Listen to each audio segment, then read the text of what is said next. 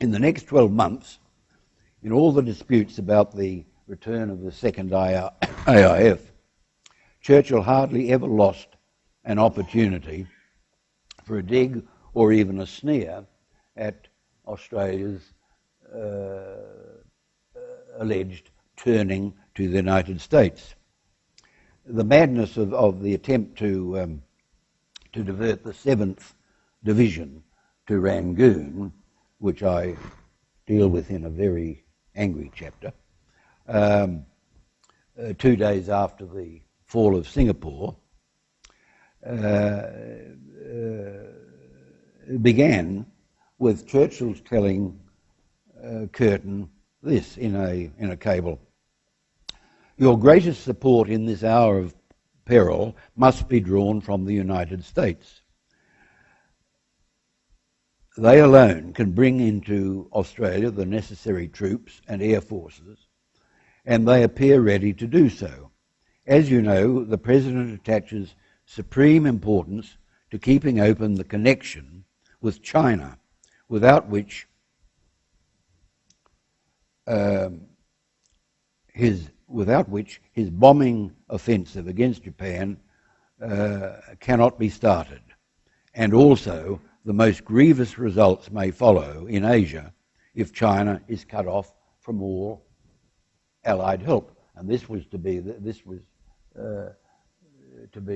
justification for diverting the 7th Division to sailing in the Bay of Bengal, to divert them from their destination first in Java, and then, when Java fell, to Australia itself. Churchill wanted to divert this division to save Rangoon, and as he depicted it, save the Burma Road, Burma, and China. And he used this as leverage.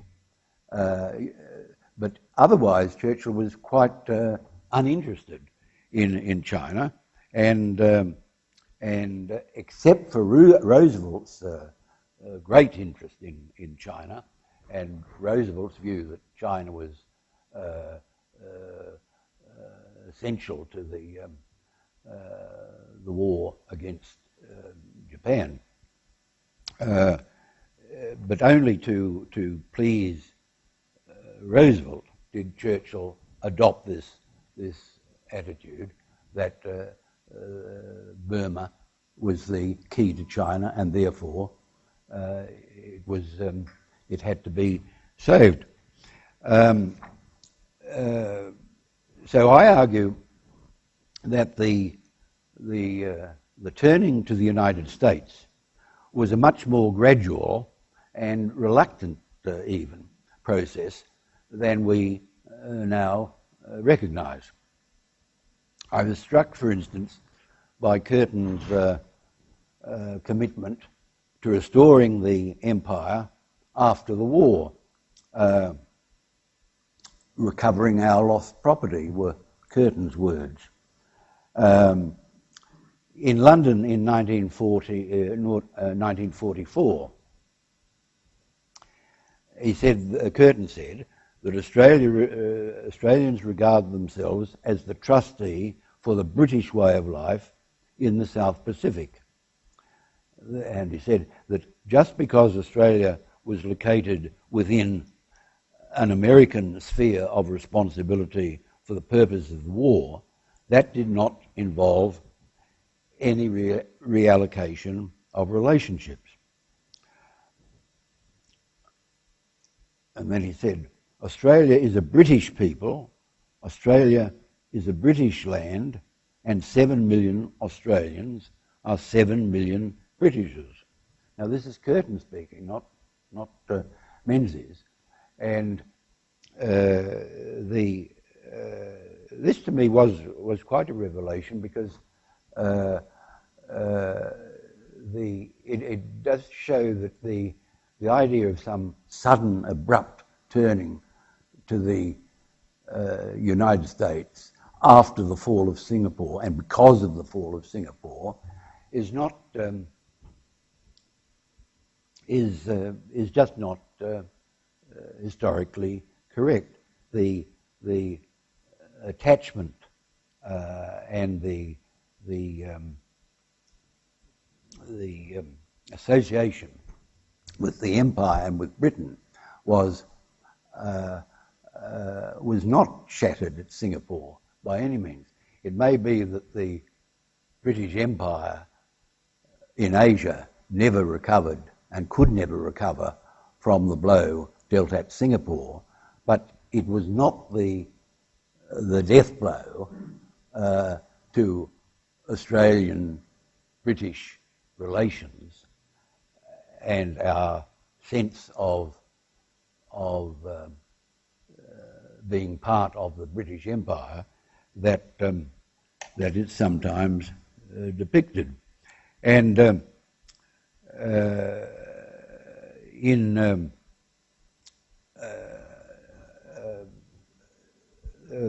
the book, I mount a defence of Menzies and what is deemed to be his most egregious statement of loyalty to Britain and the Empire, except possibly for his "I did but see her passing by" line. But we now take the Menzies' declaration of war in September 1939 as the supreme example of his obeisance to Britain. And it's, of course, constantly replayed on television on anything to do with the war or with Menzies, on every conceivable occasion, that it is my melancholy duty state, and it's almost the only thing the new generation see of Bob Menzies, much as Whitlam's well may we say, speech on the steps of Old Parliament House is replayed ad nauseum, and almost the only thing people, the younger generation, know of Gough. But Menzies' statement was that Great Britain has declared war on Germany, and as a result, Australia is also at war. And when I came to examine the documents and particularly look at the debate in the Parliament on the 5th of September, 2 days after his broadcast, Menzies' broadcast, I was struck by the fact that no Labor member, including Curtin, raised the slightest demur about this. All Australia is also at war. No one suggested that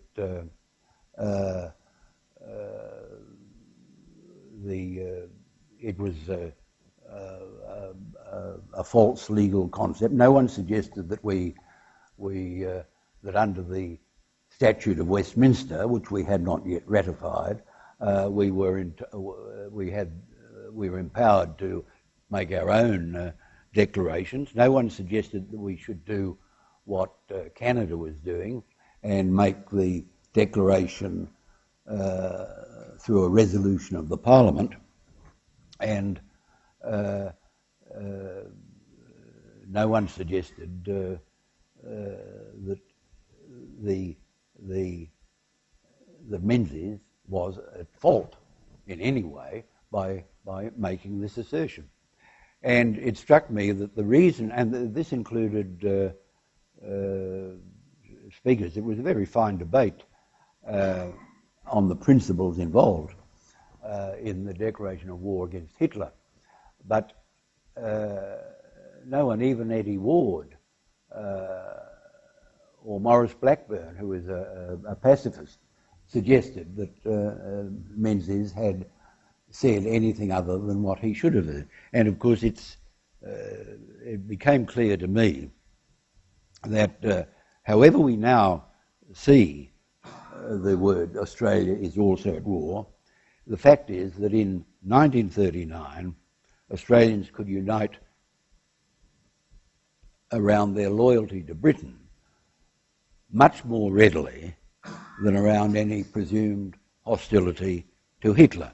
In other words, the Menzies formula was the best way to bring Australia more or less united into the war, and Curtin certainly recognised that, and I think with some relief, because it avoided the necessity of having a debate in the Labor caucus in the parliamentary party about the whole question of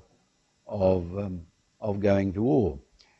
So I'm certainly revisionist to that extent that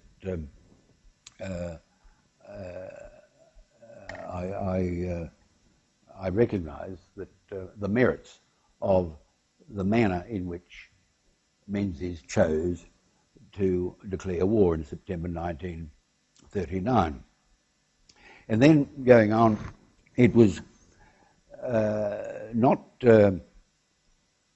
Curtin, but Churchill, who first sowed the idea that the transfer of the protective role from Britain to the United States amounted to a transfer of loyalty, of Australia's loyalty from Britain to the United States.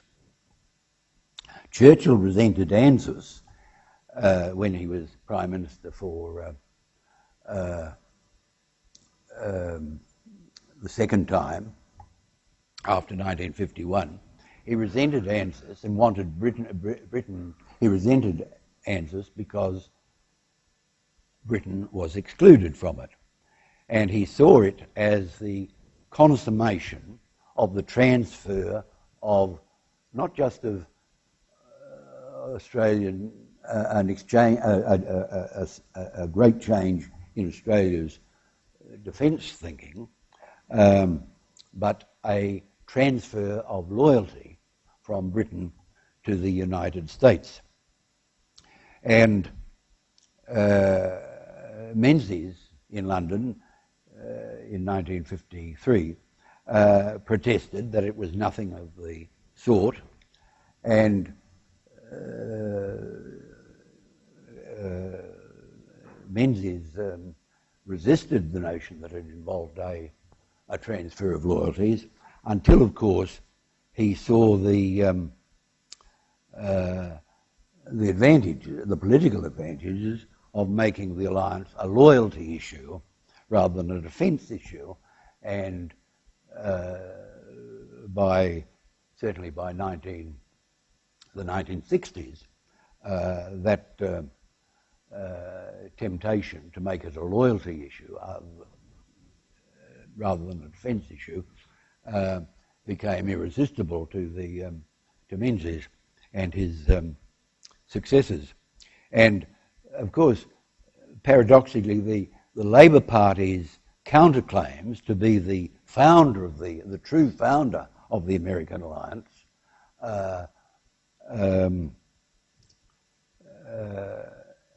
through the actions of the Curtin and the Australian government during the war and the welcoming of the turning to America.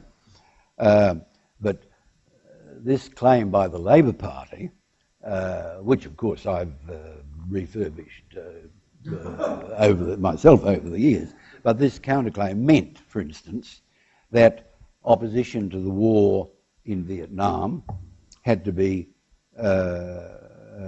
couched in terms of loyalty to the alliance.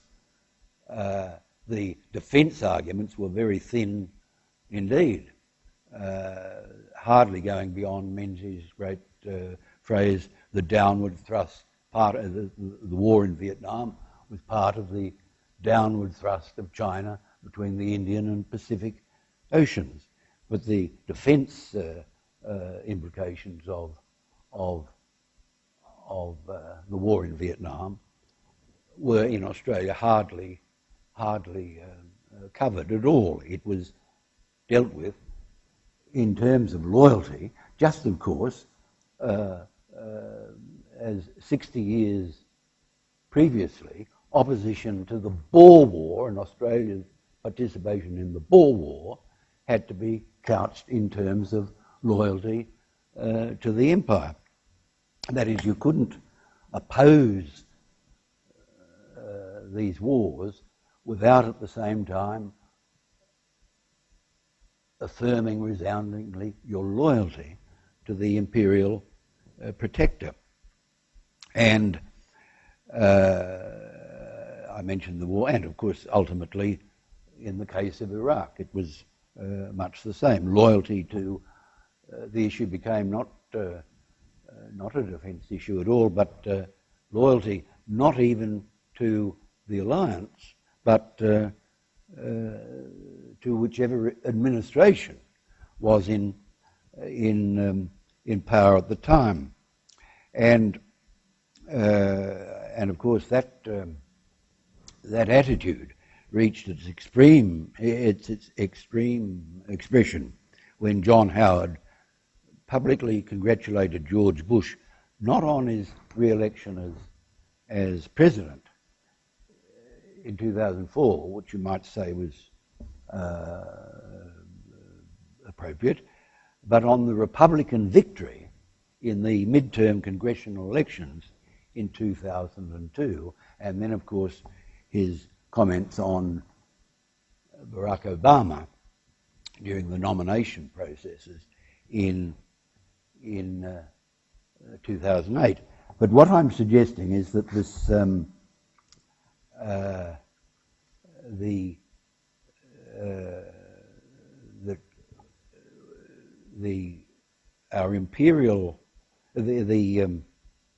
the question of loyalty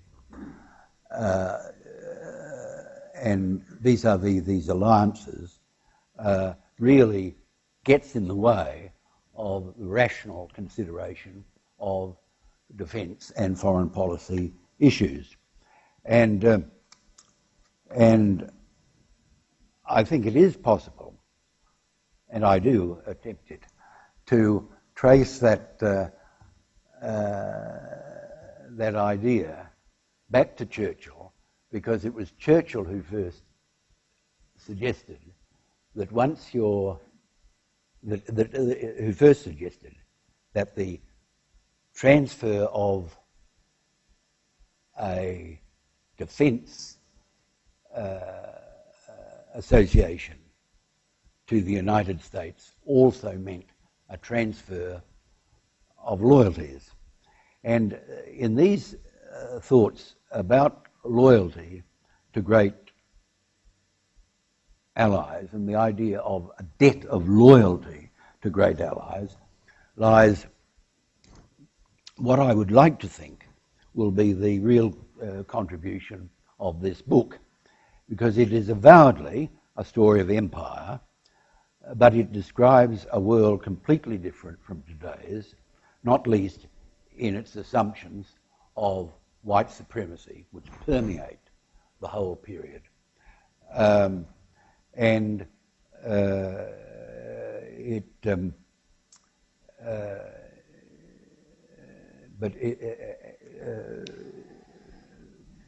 But it is also a story about the limitations of empire and the limits of imperial power and the protection it is assumed to provide, and the limitations of the men who purport to exercise that power.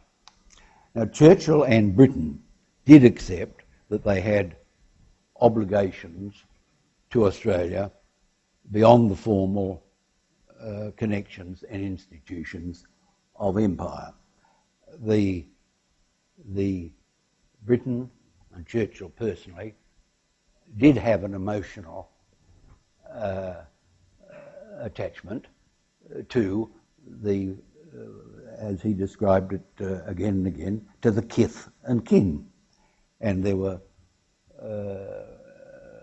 he made repeated promises, completely unfulfillable, about cutting our losses in Europe, cutting our losses in the Mediterranean, cutting our losses in the Middle East, to come to the aid of our kith and kin if they were under threat. But of course he was very careful to define what he meant by threat, and it came to mean, in his terms, 10 divisions, 10 Japanese divisions actually landed on Australian soil. But nonetheless, he did accept quite profoundly obligations. Now, the United States has no such obligations.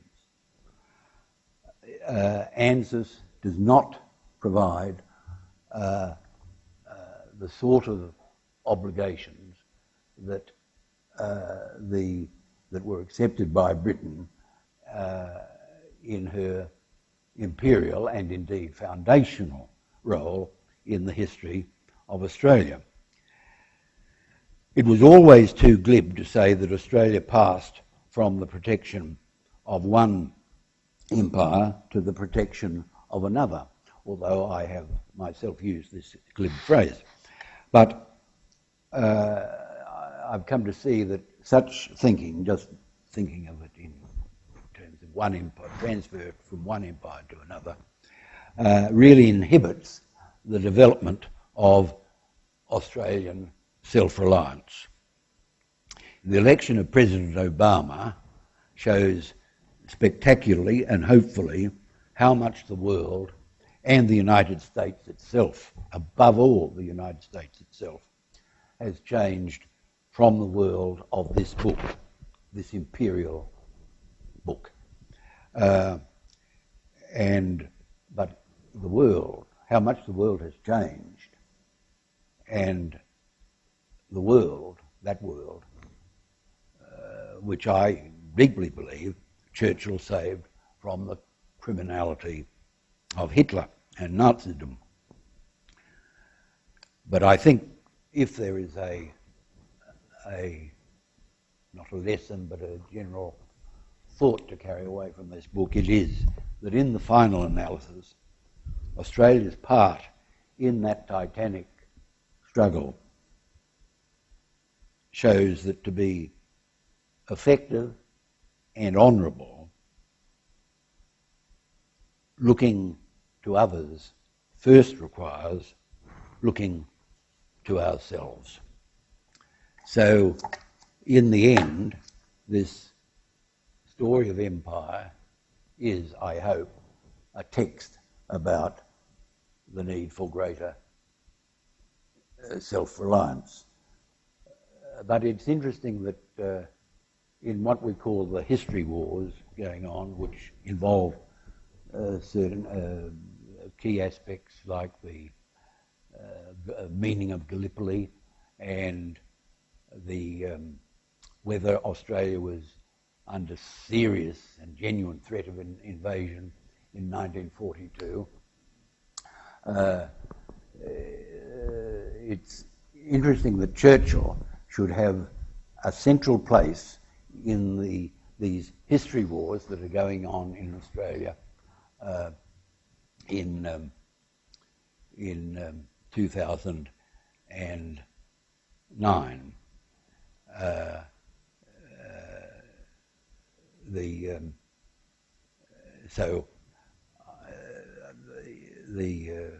I hope this book is some sort of contribution to the history wars, not to any side of the thing of the dispute, which we call the history wars, which are part of our wider cultural wars, but that the book, I hope, provides a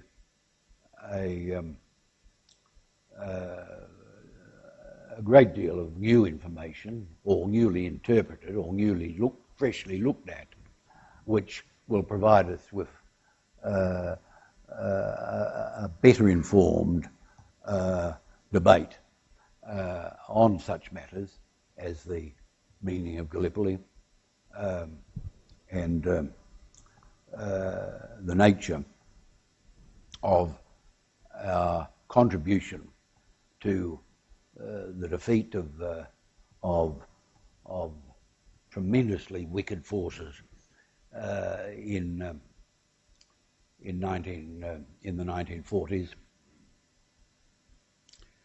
and our own role in it, informed by an appraisal of Churchill's greatly significant role in that great struggle.